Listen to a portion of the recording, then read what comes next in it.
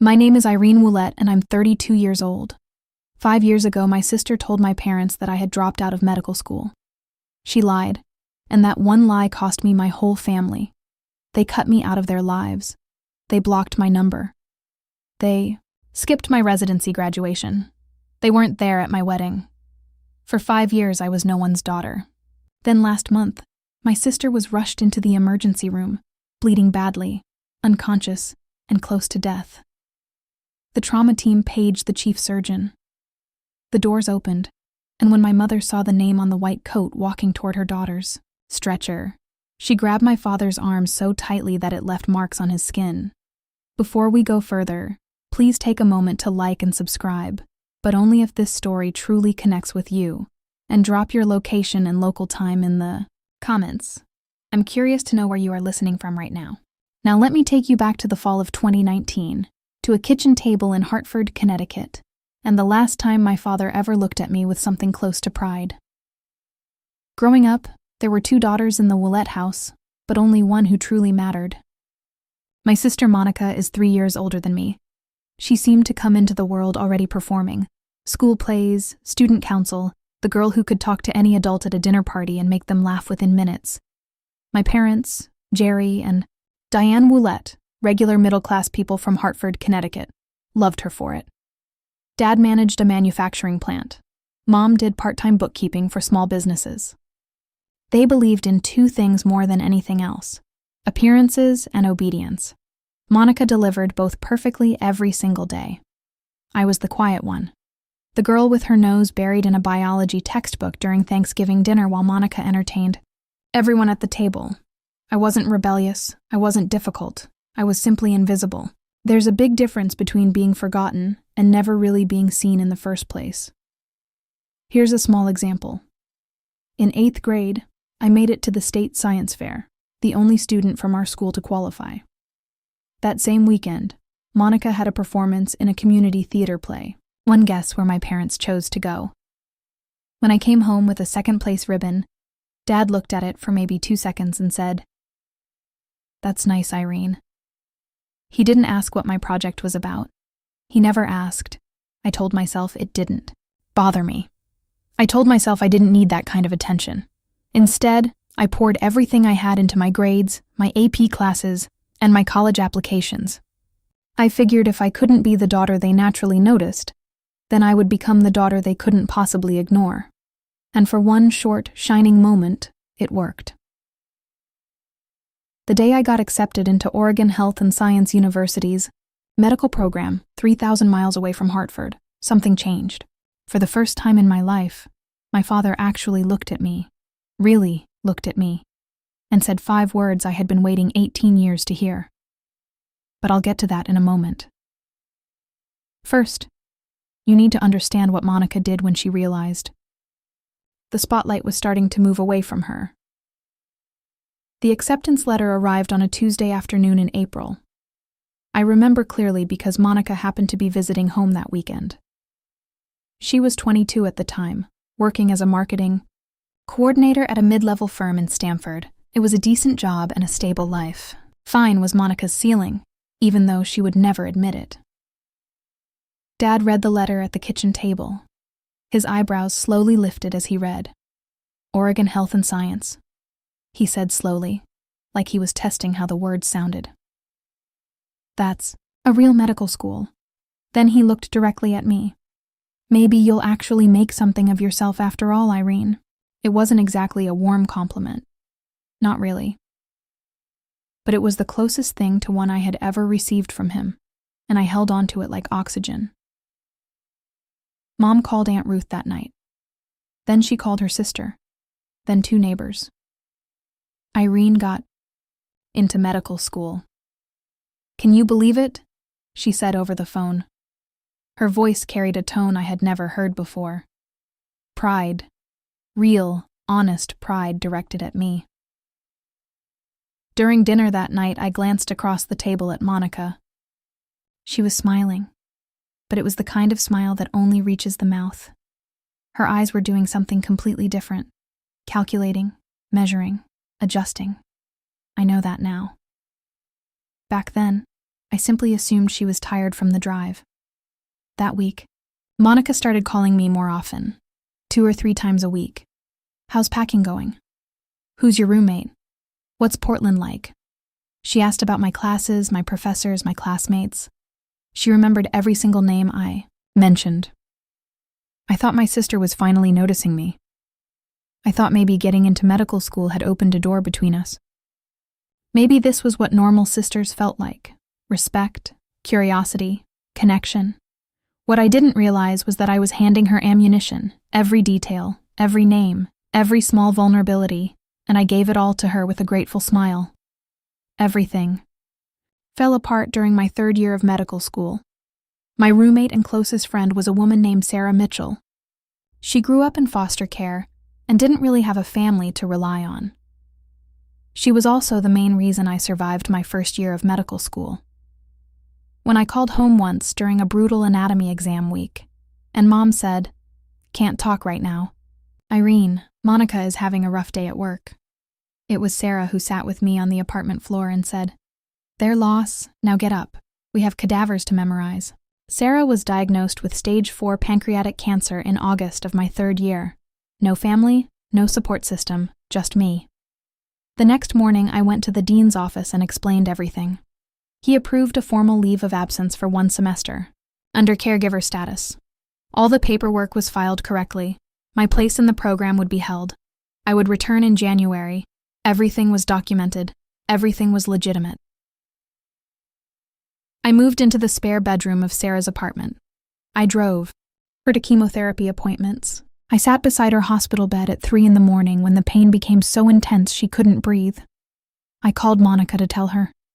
I still don't know why. Maybe part of me believed she was the caring sister she had pretended to be. I explained everything: Sarah's diagnosis, the leave of absence, the plan to return to school in the spring. Monica's voice sounded warm and sweet. "Oh my God, Irene, I'm so sorry. Take all the time you need. I won't tell Mom and Dad. They would just worry." 3 days later, she called them. I don't know exactly what words she used that night. I wouldn't learn the full details of her lie until 5 years later when everything finally came out in the one place none of us expected. But the damage was immediate. The call came at 11 at night. I was sitting in a plastic chair next to Sarah's hospital bed. She had a bad reaction to chemotherapy and had been admitted overnight. My phone lit up. "Dad, your sister told us everything," he said. His voice sounded cold and distant. The dropping out, the boyfriend, all of it. "Dad, that's not..." Monica showed us the messages. She showed us proof. I pressed my hand against the wall to steady myself. "What messages? What proof?" "Dad, I'm sitting in a hospital right now taking care of my friend." "Monica said you'd say exactly that." There was a pause. "She said you'd have a story ready." My mother got on the phone next. Her voice was shaking. "How could you lie to us for an entire year, Irene?" "Mom, please listen to me. I filed a leave of absence. I can show you the paperwork. I can give you the dean's phone number." "Enough," Dad said sharply. "Don't call this house again until you're ready to tell the truth. You've embarrassed this family enough." The line went dead. I sat on the hospital floor for 20 minutes. Sarah's IV machine beeped softly on the other side of the curtain. My phone screen still showed the call length: 4 minutes and 12 seconds. That's how long it took for my parents to erase me. 20 minutes later, a text message appeared from Monica. "I'm sorry, Irene, I had to tell them. I couldn't keep your secret anymore."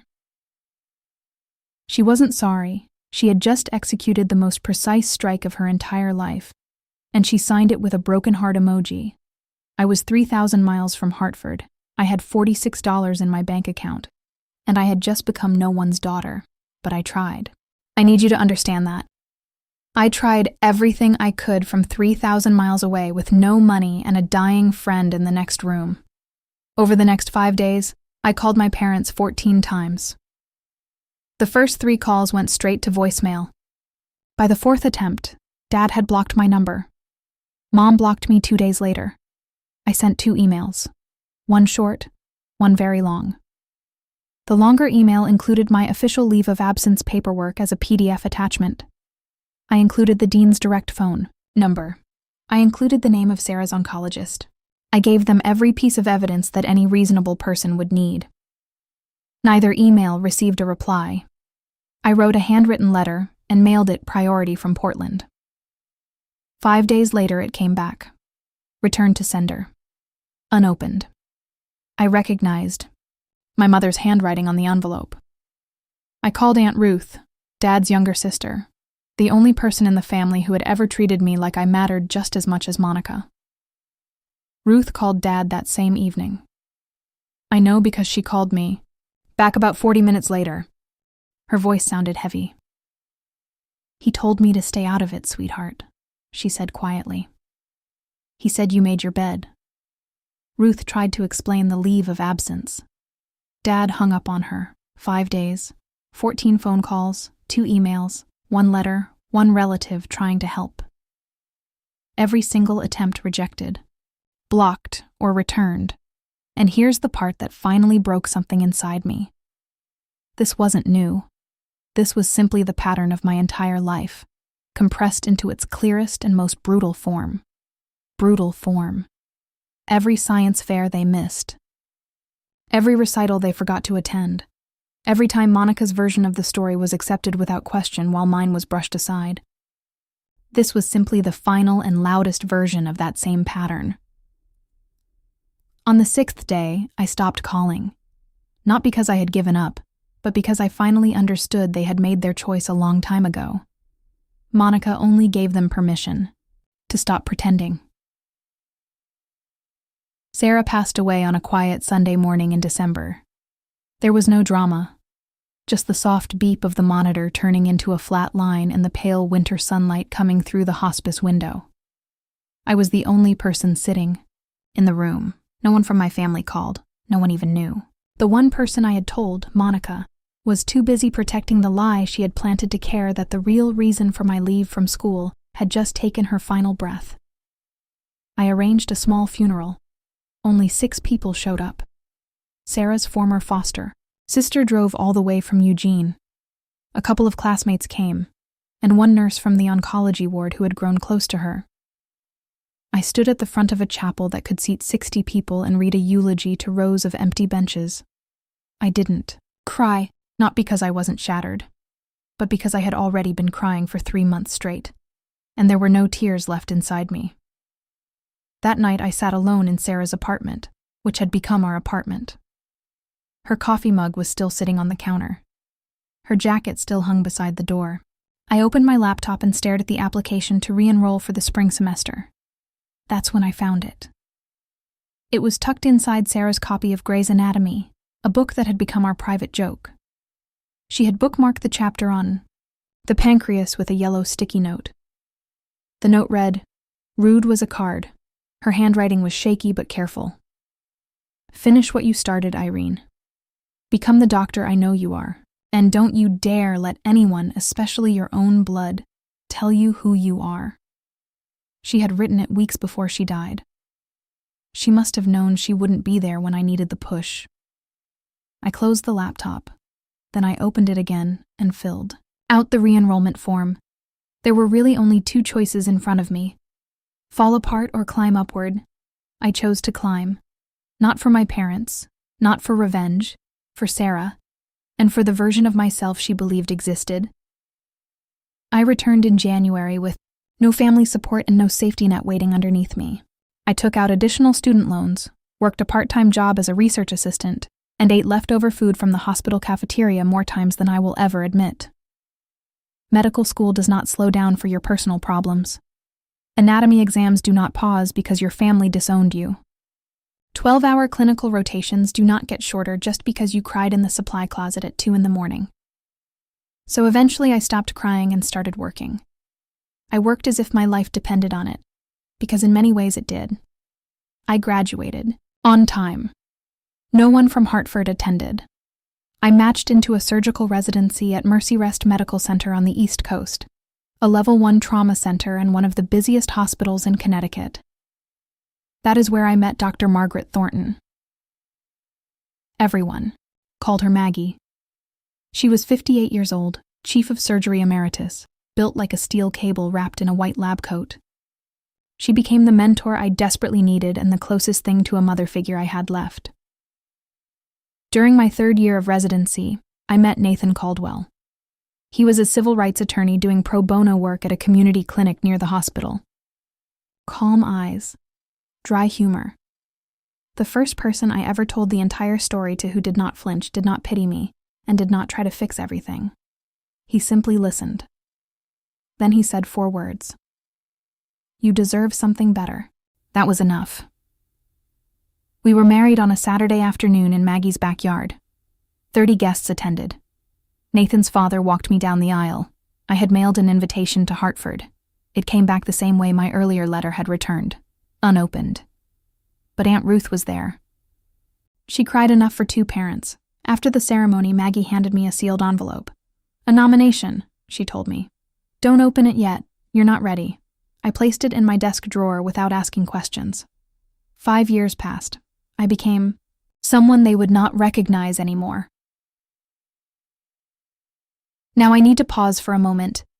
If you have ever been in a situation where your own family refused to hear your side, where the truth did not matter because someone else's lie was louder, drop a fire in the comments.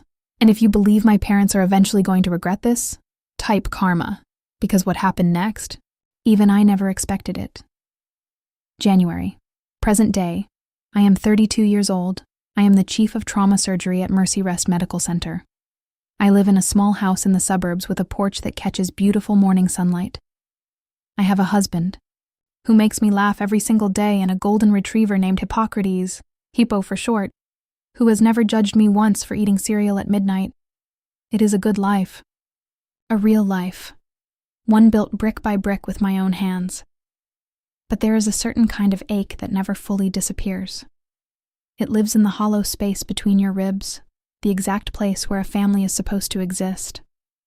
I do not wake up crying anymore. I do not check my phone hoping to see a Hartford area code. But every Thanksgiving there is a moment, just a brief second, when I set the table and count the plates and feel the absence like a phantom limb. Aunt Ruth still calls every Sunday. She is my only thread back to that world. I never ask about them, but I always listen when she offers information. Mom and Dad are healthy. Monica got divorced 2 years ago. She sells medical devices now. The irony of that is not lost on me. Last week Ruth called, and there was something different in her voice. Something careful. "Irene, there's something I need to tell you about Monica," she said. Something worrying. Before she could finish, my hospital pager went off. Trauma activation. I told Ruth I would call her back. I never got the chance. Because what Ruth was trying to warn me about was already on its way, speeding down Interstate 91 at 60 miles per hour in a sedan that was about to run a red light, and within the next hour, the thing Ruth was trying to warn me about would be lying on my operating table, bleeding heavily. While my parents sat in the waiting room and my name was printed on the chart, I just did not know it yet. Let me go back for a moment, because what Monica did was not a single lie. It was a campaign. Over the years, Ruth slowly gave me pieces of the story. Carefully and reluctantly, like someone disarming a bomb one wire at a time. And the picture she painted was worse than I had imagined. For 5 years, Monica kept the story alive. At every Thanksgiving dinner, every Christmas gathering, every family event, she performed the role of the grieving older sister. "We don't really talk about Irene," she would tell relatives. "It's too painful for Mom and Dad." Then she would shake her head, lower her voice, and allow the silence to do the rest of the work. But she did not stop with silence. She added details. She told our grandmother that I was homeless. She told Uncle Pete's wife that she had heard through mutual friends that I was going in and out of rehab. She told our mother on Christmas Eve 2 years earlier that she had tried to contact me, but I had refused to respond. That I was the one who had cut them off. She flipped the entire story upside down. At Thanksgiving, Ruth told me once, her voice tight with anger, "Monica said I have begged Irene to come home. She won't even answer my calls. I think she hates us." Meanwhile, I was 3 floors deep in an operating room trying to save a teenager's life.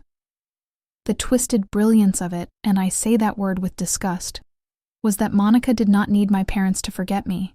She needed them to believe that I had abandoned them. That way their grief became evidence, their silence became justified, and Monica remained exactly what she had always been. The loyal daughter. The only one who stayed. She was never protecting them. She was protecting her position, and there was one more thing Ruth eventually told me, something I did not learn until much later that made the whole picture even darker. Nathan told me about it over coffee one morning 6 months ago. He had been holding on to the information for 2 years. "There's something I never told you," he said, carefully setting down his mug the way he does when he is about to deliver bad news in his lawyer voice. 2 years ago, HR at your old hospital received a call. Someone using a fake name was asking questions about the employment status of Irene Ulett. They wanted to know if you had ever been disciplined or if your credentials were legitimate. I stared at him. "Who?" I had a colleague trace the request, Nathan said quietly. "The IP address came from Hartford." The kitchen suddenly became very quiet. Ipo's tail tapped softly against the floor. The coffee machine hissed behind us. "She was searching for something," I said. "Anything," Nathan confirmed. "Anything she could use to keep the story alive and prove you were a fraud." "She didn't find anything." "No," he said, "because there was nothing to find." I wrapped my hands tightly around my mug and felt the heat through the ceramic. "She didn't just lie about me once," I said slowly. "She's been hunting me." Nathan reached across the table and placed his hand gently over mine. "That's not sibling rivalry, Irene," he said. "That's something much darker." He was right. Monica had not simply told one lie and moved on. She had constructed an entire architecture of deception. Load-bearing walls, reinforced beams. And for 5 long years, she had been making sure none of it ever cracked. Every holiday story, every whispered rumor, every anonymous inquiry. Each piece was another brick placed carefully into the structure of a life that was never real, but that she had worked tirelessly to maintain, another brick. I could have done something back then. I could have called a lawyer, faced my parents, or exposed everything that had happened, but I didn't, because life was about to reveal it on its own in the most brutal, public, and strangely ironic way possible. And it began with a pager going off at 3:00 in the morning. Thursday night, January, 3:07 a.m. The pager dragged me out of a deep sleep. Nathan shifted beside me and murmured something in his sleep. Eppo lifted his head from the foot of the bed. The screen glowed in the dark room. Level 1 trauma. MVC, single female, 35, blunt abdominal trauma. Hemodynamically, unstable. ETA 8 minutes, I was dressed in 4 minutes, driving in 6. The roads were empty and wet, that special shade of black that January gives you in Connecticut. While driving, I ran through the case in my head the way I always do. Mechanism of injury, possible organ damage, surgical options, motor vehicle, collision, blunt abdominal trauma, unstable vitals, likely splenic rupture, possible liver laceration. I had done this surgery hundreds of times. I badged in through the ambulance bay entrance and walked directly to the trauma bay. My team was already gathering. 2 residents, a trauma nurse, anesthesia on standby. I picked up the intake iPad from the charge nurse's station and swiped to the incoming patient chart. Patient, Monica Ulett. Diub, March 14, 1990, emergency. Contact, Gerald Ulett, father. I stopped walking. The hallway noise, the beeping monitors, the overhead intercom, the squeak of shoes on linoleum, it all faded away like a tide pulling back. For 2 seconds, maybe 3, I wasn't a surgeon anymore. I was a 26-year-old sitting on a hospital floor in Portland, a phone still warm in my hand, listening to the endless sound of a dial tone. Dr. Ulett? My charge nurse Linda appeared beside me. You okay? I looked up, blinked, and placed the iPad down. I'm fine. Prep Bay 2 and page Dr. Patel. I want him on standby. The ambulance siren wailed in the distance, getting closer every second. And behind that ambulance, I knew even before I could see them, were two people I hadn't faced in 5 years. The ambulance doors swung open and the stretcher came rushing in. Monica was strapped down, unconscious. The oxygen mask fogged with each shallow breath. Blood stained the front of her shirt. One hand hung loosely off the side rail. The paramedics rattled off numbers, blood pressure dropping, heart rate climbing, 2 large-bore IVs running wide open. Behind them, running as fast as they could, came my parents. My mother looked like she had aged 10 years overnight. Her hair looked thinner, her face drawn and pale. She was wearing a bathrobe with slippers on the wrong feet. My father had thrown on a flannel shirt and jeans in a rush. His face had the color of old paper. "That's my daughter," he shouted past the triage nurse. "Where are they taking her? I need to speak to the doctor in charge." The nurse, Carla, who I had worked with for 3 years, raised both hands, calmly. "Sir, family members need to wait in the surgical waiting area. The trauma team is already here. The chief is handling this case personally." The chief, Dad grabbed Carla's arm. "Get me the chief now." Carla glanced through the glass partition toward the trauma bay. She looked at me, already gowned and gloved, my badge hanging from my scrub top. She read the name. Her eyes widened for just a moment. I gave a small shake of my head. "Not now." Carla quickly composed herself. "Sir, the chief is preparing for surgery. You'll receive an update as soon as possible. Please, the waiting room is this way." My parents were guided down the hallway. Mom was whispering prayers, her hands clasped so tightly her knuckles had turned white. Dad kept turning back, looking. Through every window he passed. "She's all we have," he said to no one in particular. "Please, she's all we have." I heard every word through the partition glass. "She's all we have." As if I had never existed. I stepped into the scrub room alone. 30 seconds. That was all the time I allowed myself. I turned on the faucet and let the hot water run over my hands. I looked at my reflection in the stainless steel mirror above the sink. The image was warped and distorted, the same way everything felt right now. Scrub cap on. Badge visible. The face of a woman who had been surgically removed from her own family. Tree. Now that same woman was being asked to surgically save the one who held the saw. Part of me wanted to walk out. Call Patel. Let someone else handle this. Let my parents owe their daughter's life to a stranger instead of to me. That would be easier. Cleaner. But there was a woman on that table with a ruptured spleen and what looked like a grade 3 liver laceration. She was losing blood faster than we could replace it. She would die within the next 30 or 40 minutes if the best surgeon in this building did not operate. And the best surgeon in this building was me. I paged Patel directly. "I have a conflict of interest. The patient is a family member. I'm disclosing it now and documenting it in the chart. If at any moment my judgment is compromised, you take over. No questions asked." Patel's voice remained calm. "Understood, Chief." I told Linda to record the disclosure in the nursing record. Everything done properly, everything documented. Then I pulled on fresh gloves, pushed through the operating room doors, and looked down at the table. My sister's face was bruised. The oxygen mask fogged and cleared with each breath. She looked smaller than I remembered. Thinner.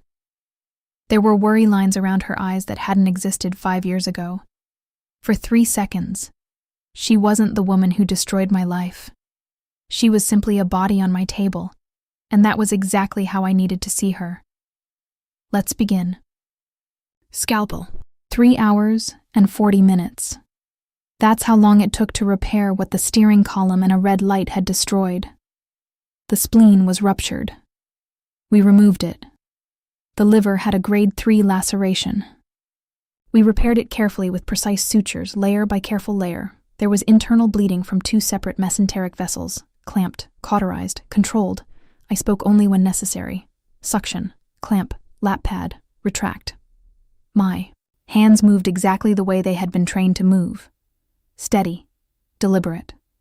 Fast when speed mattered, and slow when precision mattered even more. The residents watched closely. They always watched during my surgeries. I could feel their attention sharpen when the liver repair became difficult. But I did not hesitate. I could not afford to. At 6:48 a.m., I placed the final closing stitch. Monica's vitals were stable. Blood pressure normalized. Output clear. She was alive.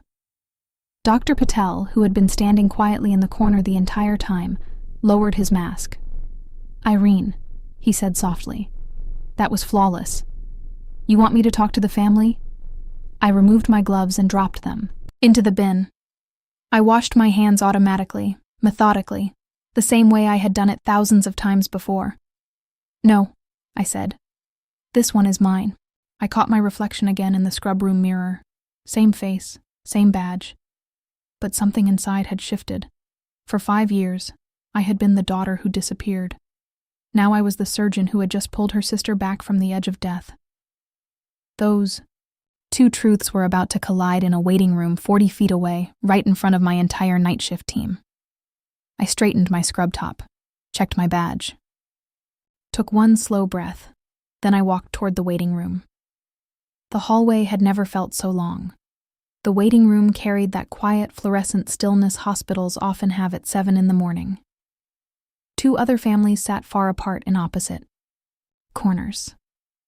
A television softly murmured the morning weather forecast to no one, and in the center row, sitting stiff, sleepless, and terrified, were my parents. I pushed through the double doors, still wearing my surgical scrubs. My mask hung loosely around my neck. My scrub cap was off now, my hair pulled back neatly. My badge hung clearly at chest level, printed in clean block letters that anyone could read from 6 feet away. Dr. Irene Ulett, MD, FX. Chief of Trauma Surgery. Dad stood up first. He always stood first. It was a reflex. The instinct to take control. "Doctor, how is she? Is Monica?" He stopped. His eyes had dropped to my badge. Then they rose slowly to my face. Then back to the badge again. I watched the recognition move through him like something physical, a tremor that began in his hands and slowly climbed up to his jaw. Mom looked up half a second later. Her lips parted, but no sound came out. Her right hand shot out and grabbed Dad's forearm tightly, her fingers digging into the flannel sleeve, with such force that later there would be 4 bruises shaped exactly like her fingertips. 5 seconds of silence, 5 seconds that held 5 entire years. I spoke first, calm and professional, the same voice I use with every family who sits in that room. "Mr. and Mrs. Ulett, I'm Dr. Ulett, Chief of Trauma Surgery. Your daughter, Monica, sustained a ruptured spleen and a grade 3 liver laceration in the accident. Surgery was successful. She is stable and currently in the ICU. You will be able to see her in approximately 1 hour. Mr. and Mrs. Not Mom and Dad." I watched that detail land between us like a weight. I watched it happen. Behind me, through the glass partition, Linda and 2 nurses were standing there watching everything. They knew the truth just by the look on their faces. They had already figured it out before anyone said a word. My mother moved first. She took a slow step toward me, her arms lifting slightly, a sob already breaking out of her chest. "Irene. Oh my God. Oh my God. Irene." I stepped back, just half a step. Polite but very clear. She stopped immediately. Her hands stayed hanging in the air between us for a second before slowly dropping to her sides. Dad's voice came out rough, like gravel scraping over concrete. "You're a doctor." "I am." "You're the chief." "I am." But Monica said, "What exactly?" He closed his mouth, opened it again, then shut it once more. I could almost see the gears in his mind trying to rebuild 5 years of certainty that were falling apart in real time. Mom was crying now, loudly and openly. "We thought you dropped out. We thought she told us you were..." "She told you." I dropped out. that I had a boyfriend with a drug problem, that I was homeless, that I refused to contact you. My voice stayed calm and steady. No shaking, no tears. I had imagined this moment thousands of times. In the shower, while driving, lying awake in the dark before sleep. I never imagined it would actually happen while I was wearing surgical scrubs under bright hospital lights. None of it was true. Not a single word. Through the glass behind me, I could see Carla covering her mouth with her hand. One of the residents, Dr. Kimura, second year, looked away with his jaw tight. Linda slowly set her clipboard down and stared. Dad tried to redirect the situation. Old habits never die. This isn't the time or place, Irene. Your sister is in the ICU. I know. I just spent 3 hours and 40 minutes making sure she stays alive. So yes, Dad, I'm very aware of where she is. He had nothing to say. For the first time in my entire life, my father, a man who always had an order, a rule, or a lecture ready, had absolutely nothing left to say. The silence was doing the work I had never been able to do.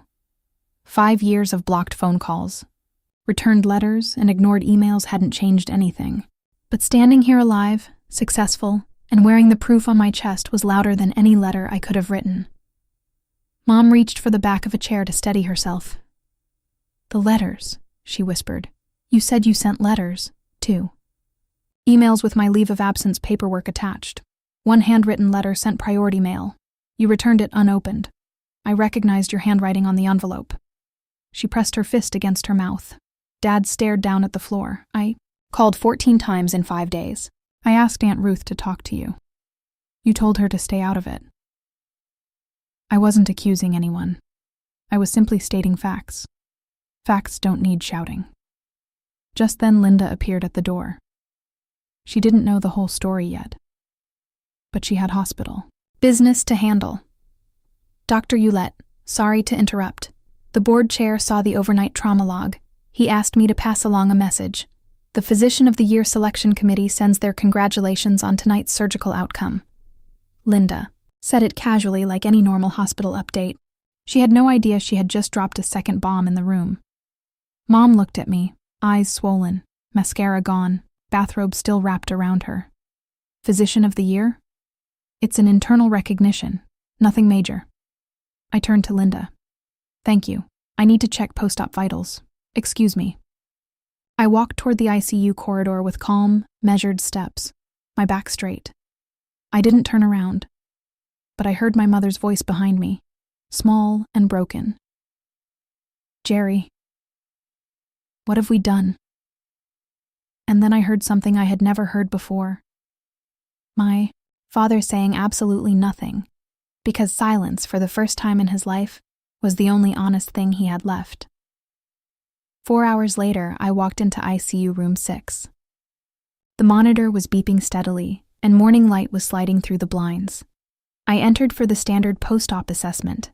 Vitals, drain output, wound check, routine things, except nothing about this situation felt routine.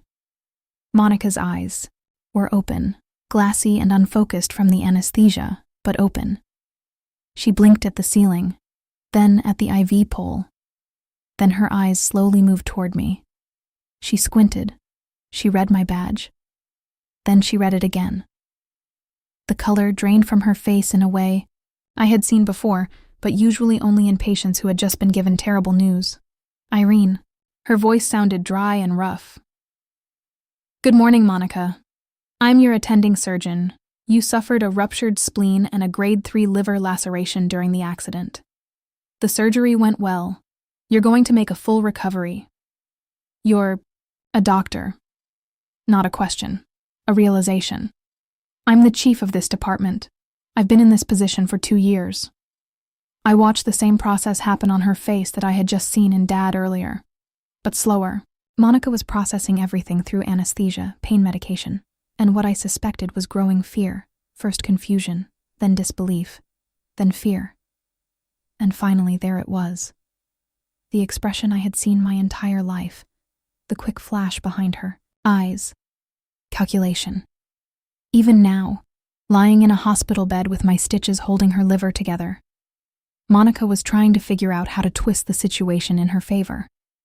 Irene, listen. I can explain. You don't need to explain anything to me. I nodded toward the glass door where two figures were standing in the hallway watching with red eyes and exhausted faces. You need to explain it to them. I updated her chart, checked the surgical drain, and walked out without saying another word. I didn't stay to see what happened next. But the entire ICU floor heard it. Monica's room wasn't soundproof, and neither was the truth. A little while later, I learned what happened from Linda, who heard it from the ICU nurse who had been standing outside the room. The moment my parents walked in, Monica started crying immediately. Loud, dramatic sobs that pulled at her stitches and made the heart monitor spike. Mom. Dad. You have to believe me. I never wanted things to go this far. I was just scared for her. Dad stood at the foot of the bed, barely holding his voice together. Monica. Irene is a surgeon. She's the chief of trauma surgery at this hospital. I didn't know that. She said she sent letters, emails. She called 14 times. She asked Ruth to talk to us. Mom's voice sounded hollow and distant. Is that true? She's exaggerating. You know how she is. Ruth tried to tell us, Dad said again. And this time his voice cracked, not from sadness, but from the collapse of everything he had believed for 5 years. 2 years ago, Ruth called and said Irene was in residency. She said Irene was becoming a surgeon. You told us Ruth was lying and trying to cause problems. Ruth doesn't know the full story. What is the full story, Monica? Mom was practically shouting now, inside. An ICU, the nurse at the station outside jumped. 2 rooms away, a visitor looked up from their phone. Monica was backed into a corner, IV lines in both arms, my stitches in her abdomen, and she did what she had always done. She switched from defense to attack. Fine. She's a doctor. Good for her. But she abandoned this family. She never called. Because we blocked her number, Monica. Dad's hand gripped the bed rail, his knuckles white. Because you told us to. The heart monitor kept beeping. The IV pump clicked softly, and Monica, maybe for the first time in her adult life, had no script left. Aunt Ruth walked into the ICU at 9:45 that morning. I had called her from the scrub room after surgery, not to use her as a weapon, but because Monica was her niece too, and Ruth deserved to know. But Ruth arrived prepared. 5 years of silence will do that to a woman with a strong memory and an organized filing system. She didn't sit down. She didn't hug anyone. She stood in the middle of the room and said calmly, I've been waiting 5 years to have this conversation, and I'm not waiting 1 more minute. She pulled out her phone and opened a folder she had labeled Irene. Proof. Inside were screenshots of every email I had sent my parents during those first desperate days. The PDF of my leave of absence form from OSU, signed by the dean and stamped with the registrar's seal. My re-enrollment confirmation. A photo from my residency graduation. Me wearing a cap and holding my diploma, Aunt Ruth standing next to me, the only family member in the photo. She held the phone out. Mom took it with shaking hands. And here, Ruth said, swiping to another message thread. This text came from Monica 4 years ago. Then she read it out loud. Don't tell Mom and Dad about Irene's residency. It will only confuse them. They're finally at peace. The entire room went silent. Monica stared up at the ceiling. Her jaw was tight, but the calculation had finally disappeared from her eyes. In its place was something I had never seen before. The expression of someone who had run out of places to hide. You told me to stay quiet for the family's sake, Ruth said, looking directly at Monica. But this family hasn't had peace. It's had a 5-year blackout. Then Ruth turned slowly toward my parents. And you two, you let this happen. Not because you didn't love Irene, but loving Monica felt easier. Nobody argued. There was nothing left to argue about. Mom sank into the chair beside Monica's bed, but she wasn't really looking at Monica anymore. She was scrolling through Ruth's phone, reading my emails one by one. Her lips moved slowly as she read. She stopped at the last one, the one I had sent the night before my residency graduation. I know exactly what it says. I have reread it 100 times in my own sent folder. Mom, I don't know if you will read this. I graduated from residency today.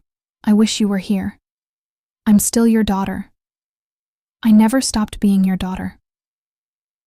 Mom bent forward in the chair, not crying. It was past that point. It sounded like someone finally feeling the full weight of a mistake that can never be undone. Dad stood by the window, his back to the room, his shoulders shaking. Aunt Ruth told me later it was the first time she had ever seen her older brother cry in 62 years. Not once before. Not at their mother's funeral. Not when his business almost collapsed. Not ever. He cried now, quietly facing the parking lot while the monitor beeped behind him. Monica lay in the bed. She had stopped talking. The IV dripped slowly. Her eyes stayed fixed on one point on the ceiling.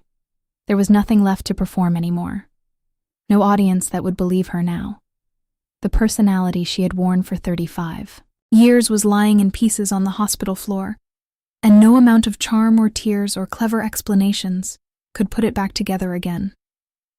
You missed her wedding, Jerry.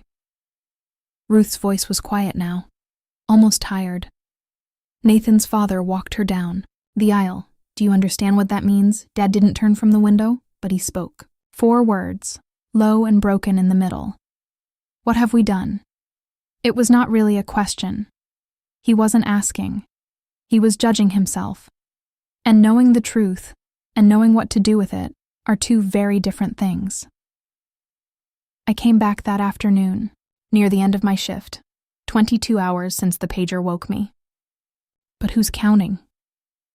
My parents were still there. Of course they were. Where else could they go? Back to the house where they had spent 5 years pretending they only had one daughter. Mom stood the second I walked in. Her face was swollen. Her eyes almost closed from crying. Irene, baby, I'm so sorry. I raised my hand gently but firmly. I hear you, and I believe you're sorry. But sorry is only a word.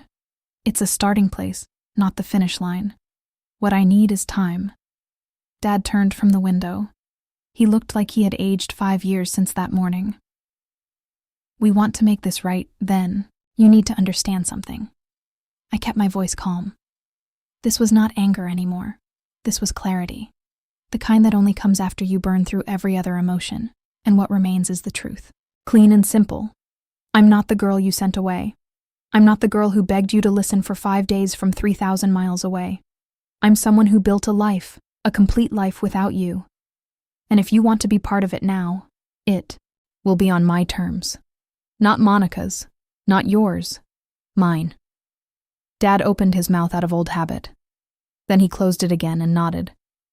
A small, broken nod. I looked at Monica in the bed. Her eyes were open, watching me. When you recover, I said, you and I are going to have a conversation. A real one. But not today. Today you're my patient. I don't mix those roles. I walked out, my back straight, my steps steady. I didn't look back. I'm not closing the door, but I'm the one who decides when it opens, how wide it opens, and who walks through it. 2 weeks later, Monica was discharged. Her incision was healing. The rest of her was not healing so well. I chose the location. A small coffee shop in Middletown, halfway between her apartment and my house. Neutral ground. Nathan came with me but sat at another table near the window pretending to read legal briefs. He actually was reading them. Monica walked in looking like someone who had been emptied out. She had lost weight. Surgery and not eating will do that. The confidence she usually wore like perfume was gone. For the first time in my memory, my older sister looked exactly her real age. She sat down and wrapped her hands around a cup she never drank from. Her eyes stayed on the table. I didn't bother with small talk. I'm not going to yell at you. I'm not going to repeat every lie. You already know what you did. What I want to understand is why. Silence filled the space between us long enough for the barista to call someone's name across the room. Then quiet again. Because you were going to become everything I wasn't, and I couldn't handle that. I let that sit in the air. That's honest.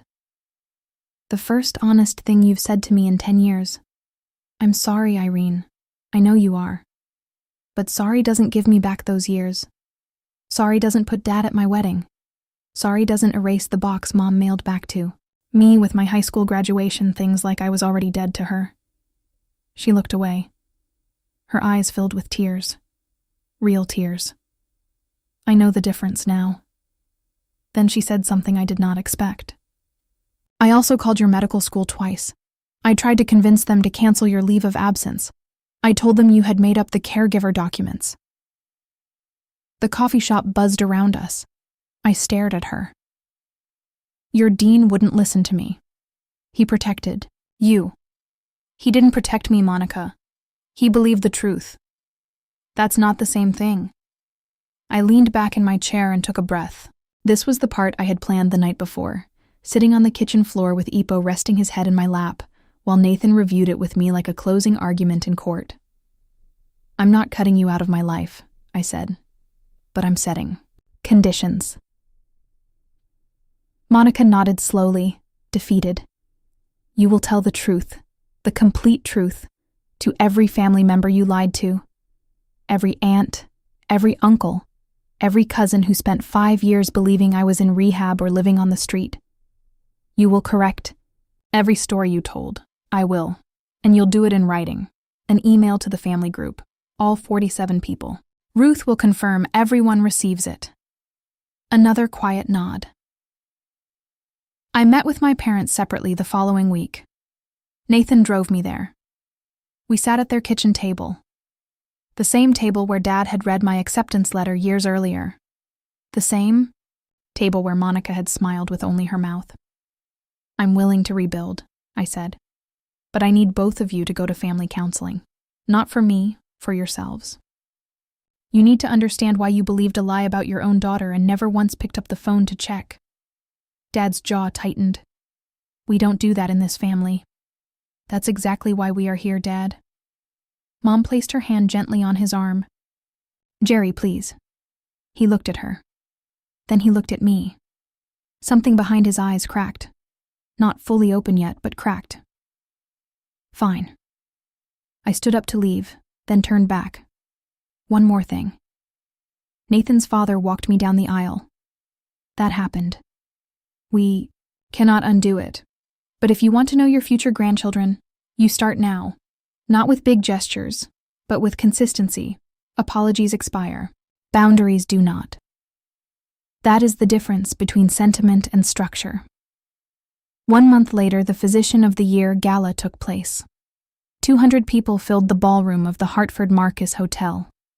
Surgeons, department heads, hospital administrators, donors, board members. Crystal glasses clinked. Name tags hung from lanyards. A string quartet played classical music that almost nobody was paying attention to. I wore a simple black dress. Nathan sat at the front table looking like he had been born wearing a suit. Maggie Thornton sat beside him with her arms crossed and the faintest smile on her face, the one she saves for moments she has been planning for years. The Master of Ceremonies stepped to the podium. This year's Physician of the Year is a surgeon, whose clinical excellence, calm under pressure, and dedication to her patients have created a new standard for this hospital. Dr. Irene Hewlett, Chief of Trauma Surgery. Applause filled the room, a standing ovation from the surgical staff who had seen me work. I walked to the stage. The spotlight felt warm. The podium felt solid under my hands. I kept my speech short. 5 years ago, I almost quit medicine. Not because I couldn't do the work, but because I lost the people I thought I needed to keep going. What I learned is that the people you truly need are not always the ones you are born to. Sometimes they are the ones who choose you. I looked at Maggie, at Nathan, at my team sitting in the third row. Then I looked toward the back of the ballroom. 2 seats Ruth had quietly arranged. My parents sat there. Mom in a navy dress she had probably bought just that week. Dad wearing a tie he clearly hated. Both of them sitting with their hands folded in their laps, looking up at the stage with expressions that looked like grief and pride fighting on the same face. And sometimes, I said, the ones you are born to find their way back later, but they still come back. Mom covered her mouth with her hand. Dad stood up slowly. Applause filled the room again. After the gala, Dad found Nathan near the coat check. He stood in front of my husband for a long moment. I owe you an apology. I should have been the one. Nathan, gracious as always, held out his hand. With respect, sir, you should have been many things. But we are here now. They shook hands. Dad's eyes were red. He did not let go right away.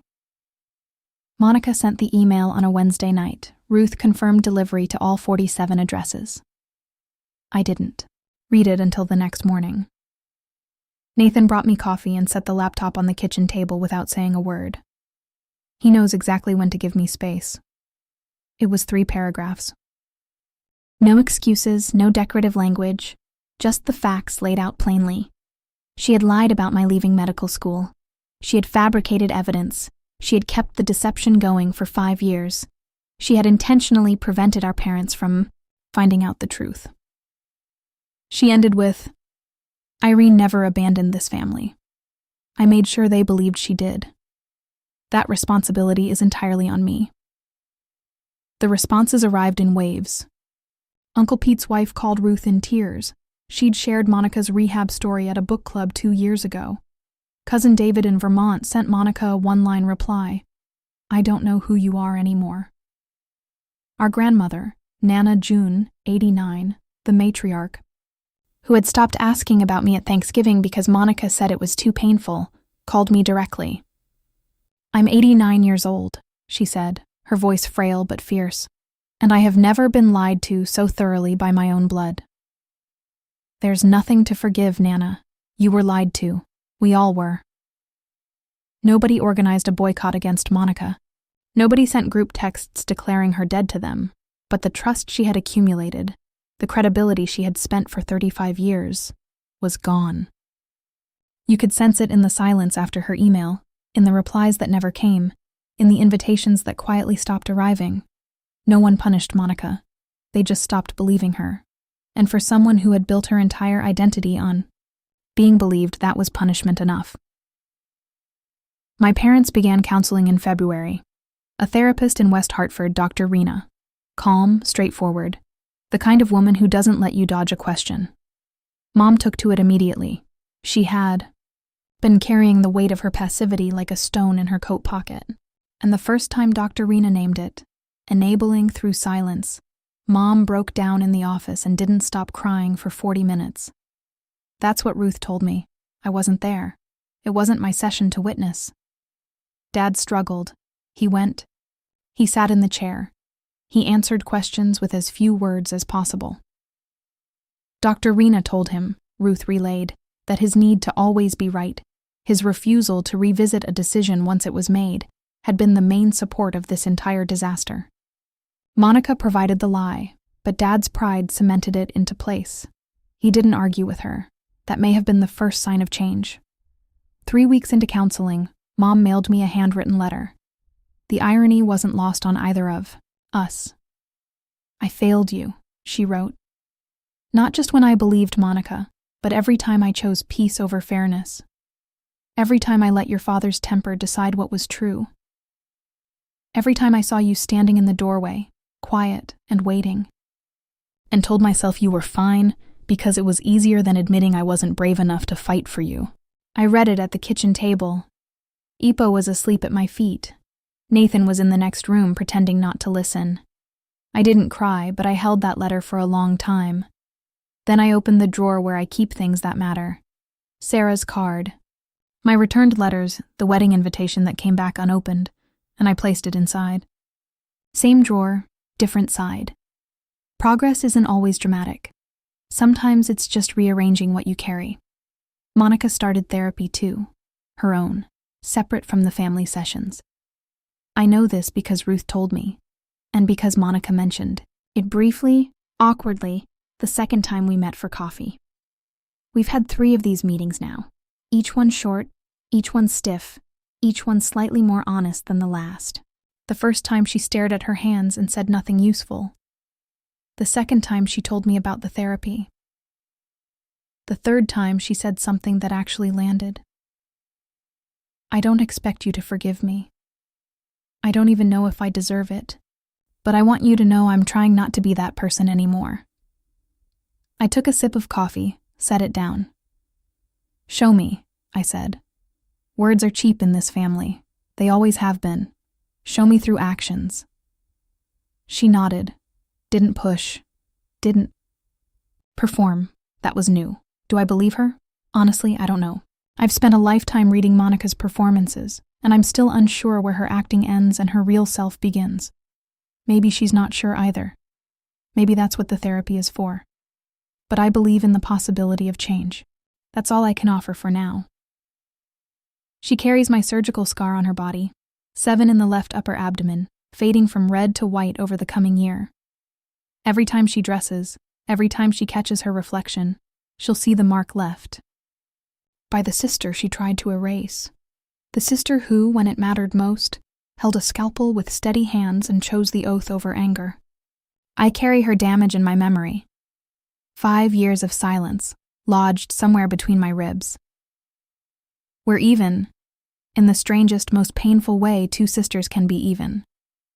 And maybe with enough time, enough real, unglamorous, consistent time, we'll find our way to something that isn't even better, something new. I'm sitting in my office at Mercy Crest. It's late.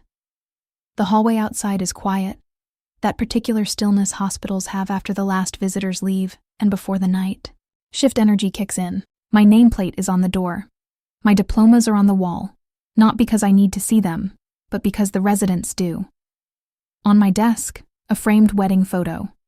Nathan, Maggie, Aunt Ruth, 30 guests, a backyard in October light. No parents in the frame, but on the bookshelf next to it, a new photo taken 3 weeks ago. Mom and Dad standing on my front porch, coats on, looking slightly lost. Dad's hands are in his pockets. Mom is mid-smile, trying too hard, but trying. It's awkward. It's imperfect. It's real. If you're watching this and you see yourself in my story, whether you were the one silenced or the one who did the silencing, I want to tell you something. The truth doesn't expire. It doesn't matter if it takes 5 days or 5 years. The truth has a patient way of showing up exactly when it's needed most. You can't rush it, but you can't outrun it either. I didn't get revenge on my sister. I didn't need revenge. I became someone who didn't need it. And that turned out to be the most powerful response of all. Not a scheme, not a plan, just a life lived fully on my own terms. And if you're waiting for your family to truly see you, stop waiting. See yourself first. Build the life you deserve with the people who show up. When the others finally turn around, let them find a door you control.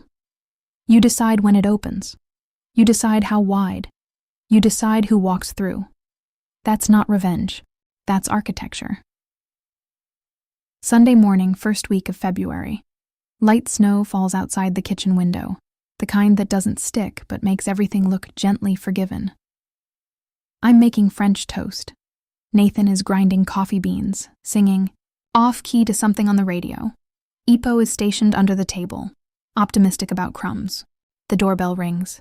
I wipe my hands on a towel and open the front door. Mom and Dad standing on the porch in their winter coats. Dad holds a bottle of orange juice like he doesn't know what to do with his hands. Mom has a tin of homemade cookies. Her shortbread, the ones she used to make for every school event of Monica's, and none of mine. Hi, Mom says, nervous, hopeful. Come in, I say. Coffee's almost ready. Dad steps inside, looks around the kitchen like he's cataloging everything. The house he's never been in, the life he almost never knew existed. He clears his throat. Can I help with anything? I look at him. My father, 62 years old, standing in my kitchen for the first time, asking permission to be useful. "You can set the table, Dad." He nods, goes to the cabinet I point to, takes out plates, counts them, looks at me. 4. He sets them down carefully, one by one. Nathan hands him coffee. Mom hugs me at the stove. Not a dramatic movie hug, just a quiet one. Arms around me, forehead against my shoulder. No words. Holding on. Io thumps his tail. Snow falls outside. The French toast sizzles. It's not perfect. It's not the childhood I deserved, or the reconciliation movies promise. But it's real. And real is more than I had for a very long time. My name is Dr. Irene Ouellette.